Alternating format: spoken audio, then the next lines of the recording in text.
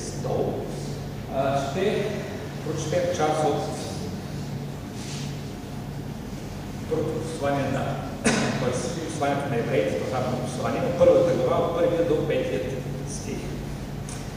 Бог, който в многобройни, частични откровения и по много начини е говорил в старо време на бащите ни, чрез пророци, в края на тези дни говори на нас чрез Сина, когото поставя наследник на всичко, чрез когото и направи световете, който е сияние на Неговата слава и съвършен образ на Неговото лице, и който държи всичко чрез своето могъщо слово.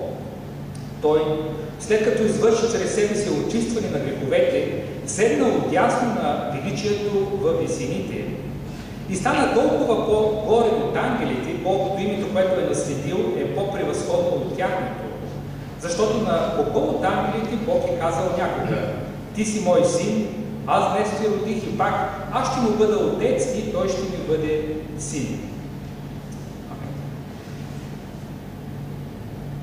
Днеска ще обърнем внимание върху една тема, която е също много важна – Божието откровение в Исус Христос, тъй като знаете, че за Бога разбираме най-вече чрез кого? Чрез писанията, чрез това, което са писали пророците и чрез Исус Христос, с Неговия живот, Неговите дела.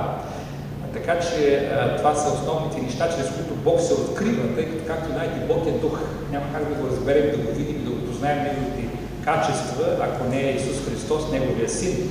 Ето за това апостол Павел тук ни казва, че Бог, който в многобройни частични откровения, тези откровения, които ги намираме в Стария Завет, и по много начини, казва той, е говорил в старо време на бащите ни, в края на тези дни говори чрез Сина си, т.е. чрез Исус Христос. Когато говори за края на тези дни, в времето, в което казва тези думи апостол Павел, и тогава той говори за това, че той описва Исус Христос като наследник на всичко, но не само това, чрез когото Бог е направил световете, който обаче е сияние на Неговата слава и съвършен образ на Неговото лице. Това е, което описва апостол Павел. И другия превод казва отпечатък на Неговото естество. Апостол Павел на друго място казва в послание на Колосяните, че в Исуса обитава цялата пълнота на Божеството. Апостол Ян обобщава това с думите: и Словото стана плът и пребиваваше между нас. Божията благодат придобива човешки образ в лицето на Исус Христос. Когато ние общуваме с Него, ние получаваме откровения за Бога. Бог се открива в лицето на Исус Христос чрез Неговия живот и чрез Неговото Слово, чрез това, което е вършил, това, което е говорил. Чрез любовта на Исуса, изразена на Голготския кръст, най-вече Неговото спасително дело, се разкрива Божията любов на Бога към целият човешки род. Откровението, Божието откровение не е продукт на нашите човешки усилия. Колкото и голям глад за познание за Бога да имаме, ако Бог ни се открие, няма как да го опознаем, братя и сестри, но сам Бог се разтваря за хората, така че Той е източника и съдържание на своето откровение. Божието откровение в Сина не се състои само в новозаветните свидетели, които са били съвременници на Исус и общували с Него, тъй като знаете, че има много хора, които са общували с Него, но така и не са открили Бога, така и не са разбрали кой е Бог и така нататък, и че Исус е пратеник дори на Бога и че е Месията. Но Божието Слово ни казва, че Той е първородния преди всяко създание и чрез Него Бог сътвори световете. Да, наистина Бог е Творец. Бог създаде света и пълното разкриване, разбира се, това стана чрез Словото, както ни казва Светото Писание. И пълното разкриване на Бога ще се осъществи именно при славното явление на нашия Господ и Спасител Исус Христос. Но Божието откровение чрез Исус Христос е откриване на спасителния път, по който Бог върви с хората. Така че в последните дни Бог е говорил чрез Сина си, не отменя това, което Бог е говорил в старо време чрез пророците за себе си, а напротив, Той го потвърждава и го изпълнява. Словото на Господа не е само книга с определен брой страници, както има много такива и други свещени книги, макар че това слово е било написано преди Исус да се роди в плът, говоря за Стария Завет. Трябва да правим разлика между прогласеното Божие Слово, с което Бог говори през вековете, чрез проповедите, чрез полученията, чрез таинствата, които се извършвали. Например, днес аз да прогласявам Божието Слово. Не само аз, но всички от тези пастири, по-волените, те прогласяват Божието Слово. Писаното Божие Слово, което добре познаваме в Свещеното Писание, което държа в ръката с Библията, също така е едно припомнение за извършените откровения, без което ние, разбира се, няма как да научим всички тези неща. Но най-важното, което трябва да знаем, че откриването на Божието Слово е най-важното, което Бог прави чрез Исус Христос, защото точно тогава това е самото събитие на откровението, което е описано с израза Словото стана плът. Именно по този начин всъщност се откри Божието Слово и се откри Бог именно за хората. Откритото Слово ние познаваме чрез Писанията, и писаното Слово ни се открива в актуалното прогласяване. Отношението между Божието Слово и откровението е много важно, защото Божието откровение предшества Светото Писание. Вие знаете, че Бог е говорил още преди да се напишат, преди да хората почнат да пишат. Още в Битие 3 глава и 15 стих Бог предсказва, че чрез семето на жената ще се смаже главата на змията. Така че тук ето разбираме, че Божието откровение е много по-отрано от Светото Писание. Но Свещеното Писание пък е свидетелство за това откровение. Така че именно там ние намираме всички от тези неща, които са характерни за Божието откровение. Характерът на откровението е да бъде спасително. Това е много важно. Защото то има за цел не само да научим нещо за Бога. Много хора днес искат да научат нещо за Бога, което е добре, но не е достатъчно. Ние трябва не само интелектуално да познаем Бога, но ние трябва наистина да се спасим чрез Неговото Слово. Ние трябва наистина да достигнем малко, да направим една крачка повече, отколкото това да повярваме, не само да го възприемем с ума си. Божието Слово казва, че ние първо трябва да повярваме с сърцата си. Откровението и Свещеното Писание са свързани органично, именно за това, че Бог разкрива чрез Исус Христос всичко за себе си. Всъщност, както вече споменах в началото, именно това е много важно да разберем характера на Бога, за това, че Той е всемогъщ, за това, че Той е вездесъд, за това, че Той е вечен, за това, че Той е навсякъде и така нататък. Всяко откровение, което не е съгласувано с Библията, може да бъде измамно. И знаете, че днес има много хора, които претендират, че Бог им открива едно или друго нещо, но много често те бъркат, тъй като тяхното откровение не е съгласувано с Свещеното Писание. И така Словото стана плът, казва Йоанна, първата си глава и 14 стих, един стих, който разбира се е най-много важен за нас и то включва тайната на въплъщението и както знаете, това е най-голямата тайна. Няма по-голяма тайна от тайната на въплъщението. Защото именно чрез това Сина Божий всъщност ние разбираме, че Божия Син се е смирил до толкова, че е приел човешка плът, че е дошъл на земята, за да спаси нас хората от греховете ни. Хората са очаквали, разбира се, такъв представител, който да дойде и да спаси хората от небесен представител, който спаси хората от греховете, да им покаже изходен път, да ги спаси от неправдите и така нататък. Пророк Исаия, например, се провиква към Бога. О, да можеш да разбереш небесата и да следиш на тази земя.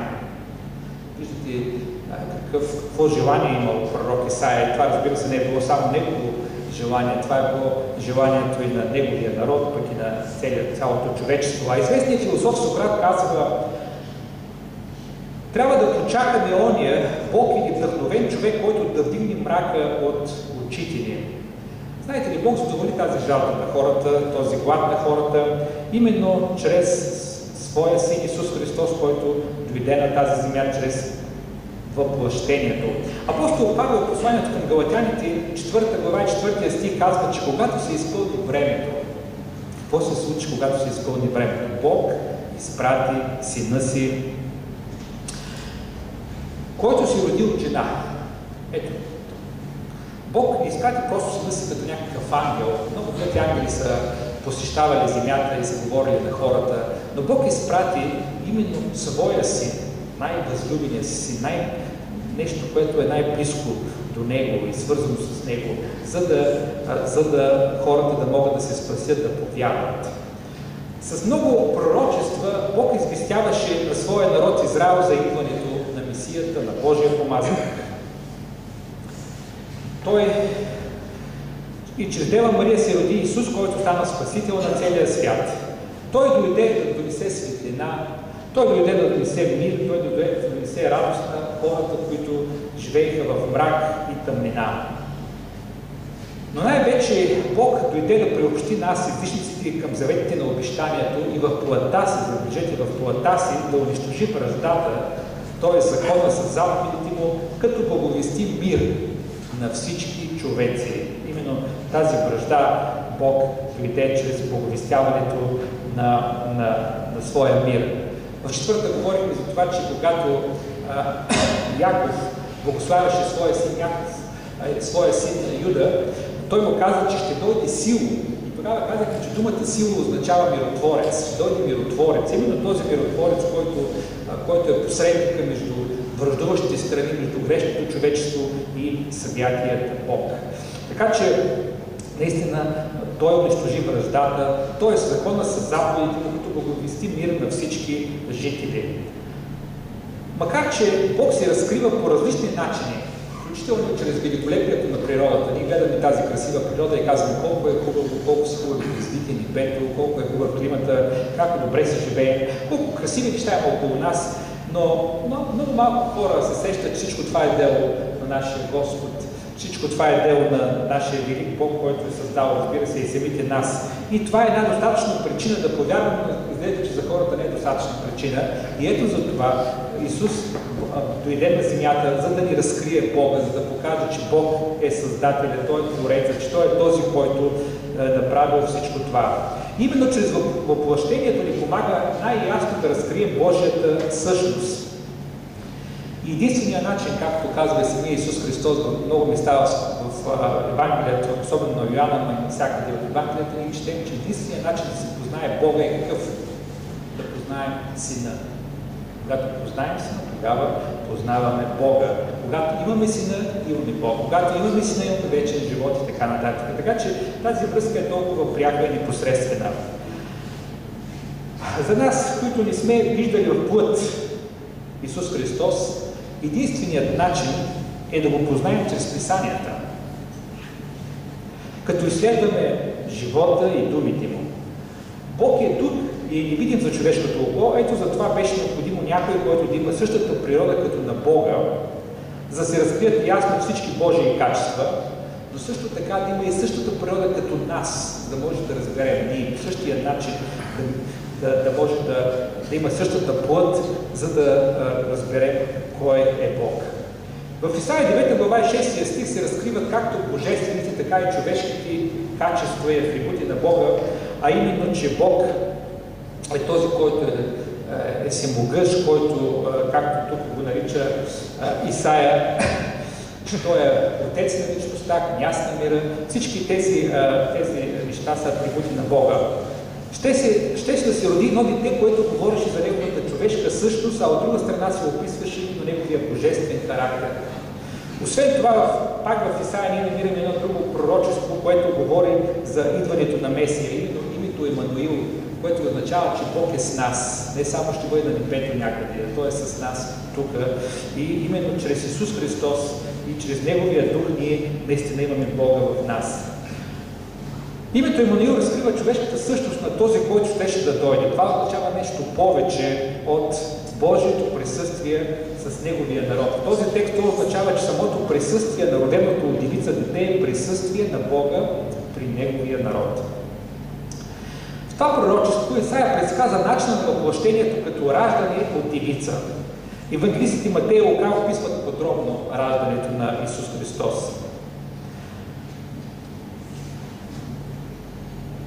От Дева Мария това раждане като изпълнение на всички старозаветни пророчества. Въплъщението не е моментно състояние, е трайно състояние. Това е много важно да знаем, че въплъщението не е само станало за 33 години, докато Исус Христос се е родил и живял и умрял, но това е едно трайно състояние и то продължава от момента на раждането и завинаги в възкресенското тяло на нашия Господ Исус Христос. Ангел Гавриил съобщи на Мария, че духът, който ще дойде върху нея, ще усили и това святото, което тя ще роди, всъщност ще се роди Божият син. Великият и невидим Бог, който живее в непрестъпна светлина, иска да има общение с нас, грешните хора, които живеем в грях, мрак и падения. Той търси да разкрие волята си, да ни разкаже, да ни покаже целта си, за да станем част от Него. Бог не се разкрива чрез Словото си. И това Слово говори за Бога, но същевременно това Слово е и Божия син, както ни учи самото Писание. Защото Словото се въплати. И апостол Павел разкрива тайната на благочестието последния начин. Този, казва той, който бе явен в плът, разбира се, става въпрос за Исус Христос, който, забележете, е потвърден чрез духа, видян от ангели, който е проповядван между народите, който е повярван в света и възнесен в слава. Това е нашия Господ и Спасител Исус Христос. Исус се изяви, когато беше в плът на земята, чрез мощни дела, знамения. Той, разбира се, беше потвърден от Бога чрез различни чудеса, чрез изявлението дори на самия Бог в небесата, когато два пъти Бог каза: ето, това е моя възлюбен син, в когото е моето благоволение, него слушайте. Така че виждаме колко различни начини Исус Христос се изяви на хората. И от времето на Неговото пребиваване на земята до наши дни се разгласяват чудесните му дела и се възхваля великото му име. Тази Негова прослава, разбира се, ще продължава във веки веков и всички ние, когато пеем и хвалим Бога и живеем по един богоподобен начин, показваме, че ние прославяме нашия Господ. И милиони човеци ще се присъединят към Божието царство, чрез вяра в Неговото име, защото няма друго име, казва Божието Слово, което е дадено между човеците, освен името нашия Господ Исус Христос. Всички от тези религии, които искат да претендират за това, че могат да спасяват хората, не могат да го направят именно защото нямат това име. Защото без името Исус Христос няма спасение. И така, че всеки, който казва: ние имаме един същ Бог, като вашия, много се заблуждава, тъй като виждам, че нашия Бог се разкрива само и единствено чрез Исус Христос, Неговия възлюбен син. Земният живот на нашия Господ се издига като модел за нашия живот днес. Ето, това е една друга причина нашия Господ да дойде на земята. Без въплъщението не бихме имали този пример. Исус единствено спази закона и живя без грях в пълна святост.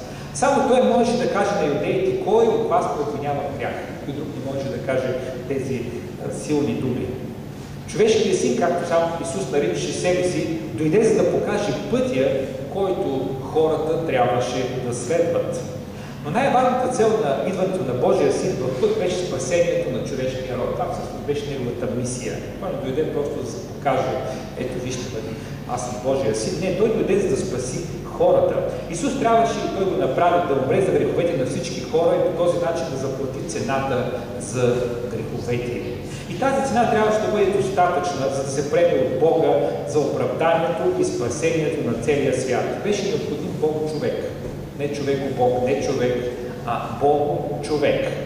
Беше необходим, който беше спасител, и в лицето на Исус Христос ние имаме точно такъв. И Бог се въплати, за да осинови тези, които вярват в Неговото име, за да ги оправдае и за да ги направи свои синове и дъщери. Исус съсипа делата на дявола, като ни освободи от робството на греха, и днес ние можем с радостни сърца, свободно и без страх да хвалим Неговото славно име. Доктрината за личността на въплътения Христос е формулирана от Халкидонския събор през 451 година и тя е следната. Аз само части от нея, разбира се, ще ви кажа, няма цялата. Нашия Господ Исус Христос е едновременно съвършен Бог и съвършен човек. Наистина Бог и наистина човек. с разумна душа и тяло, единосъщен с Отца по отношение на своята божественост и едновременно единосъщен, т.е. същата природа, с нас по отношение на човешката си природа. Подобен нас във всичко, но без грях. По отношение на своята божественост, роден от Отца преди вековете, но по отношение на своята човешка същност, роден за нас хората и за нашето спасение от Девицата Мария. Един Христос, Син, Господ, единороден с две природи. И така нататък, няма да продължавам на всички характеристики. Личността на въплътения и Христос може да се опише като пълнотата на божеството в човешката природа. Вижте какво таинство. Божеството напълно в човешката природа. Не, че ние хората нямаме част от божествената природа. Бог ни е дал човешкия дух, който е от Бога. Бог ни е дал съвестта, която е монограм за Него. Но всичко това, разбира се, е в пълнота при нашия Господ и Спасител Исус Христос. Той притежава атрибути, които може да притежава само Бог, като вечно съществуване, безсъщност, всезнание, всемогъщество. Исус може да прощава, да състрадава. Исус може да показва милост, любов, да ходатайства за нас, грешниците. Той дава своята благодат и вечен живот на всички, които го търсят с вяра и полагат упованието си в Него. Апостол Ян казва: и ние видяхме славата. Знаете ли, много хора са виждали Исус Христос, не само апостол Ян, но малко хора са видели Неговата слава. И Ирод видя Исус, и Пилат видя Исус, но те не видяха славата, защото не бяха повярвали в Него. Така че много е важно да видим Божията слава. Всеки от нас може да усети, всеки от нас може да се докосне, всеки от нас може да види Исусовата слава, когато обаче се потопи в Божието Слово, което е пълно с благодат и истина. Словото ни дава сила и насърчение, мъдрост и благословения. Нека с желание да четем живото Божие Слово, защото то ни разкрива най-ясно въплътение Исус, Божия Син, чрез когото имаме спасение. Без действието на Бога и на Неговия Син Исус Христос, Библията щеше да остане само една историческа книга, брати и сестри. Не, щеше да намираме интересни примери, щеше да научаваме много неща, но без духа, без силата на Бога, който нямаше да имаме това свещено писание. Именно за това тя е книга за откровението, тя е книга, която открива Бога. Тя открива Бога чрез Исус, която говори именно за нашия Господ Исус Христос и за Неговия небесен Отец. Нека Господ да ни благослови и да ни помага винаги да сме щастливи, да сме радостни за това, че нашия Господ е ни оказал такава висока чест да си въплати на тази земя и да донесе радост на всички от тези, които го приемат и вярват в Него. Нека Господ да ни благослови. Амин. Нека да наведем нашите думи за молитва. Господи, ние Ти благодарим за всичко това, което си направил и най-вече за Твоя Син Исус Христос, който е направил за нас едно пълно изкупление, който ни показа колко велика е Твоята благодат и милост към нас. За това, че благодарение на Него ние можем да живеем по нов начин, може да сме новородени, може да сме свободни, може да имаме надежда за бъдещето и да очакваме Неговото славно явление. За всичко това ние Ти благодарим, Господи, и Ти молим, нека винаги тази вяра, тази духовна радост винаги да бъде в нас. И тя да ни дава сила в нашия духовен живот. Всичко това молим в името на Отца и Сина и Святия Дух. Амин.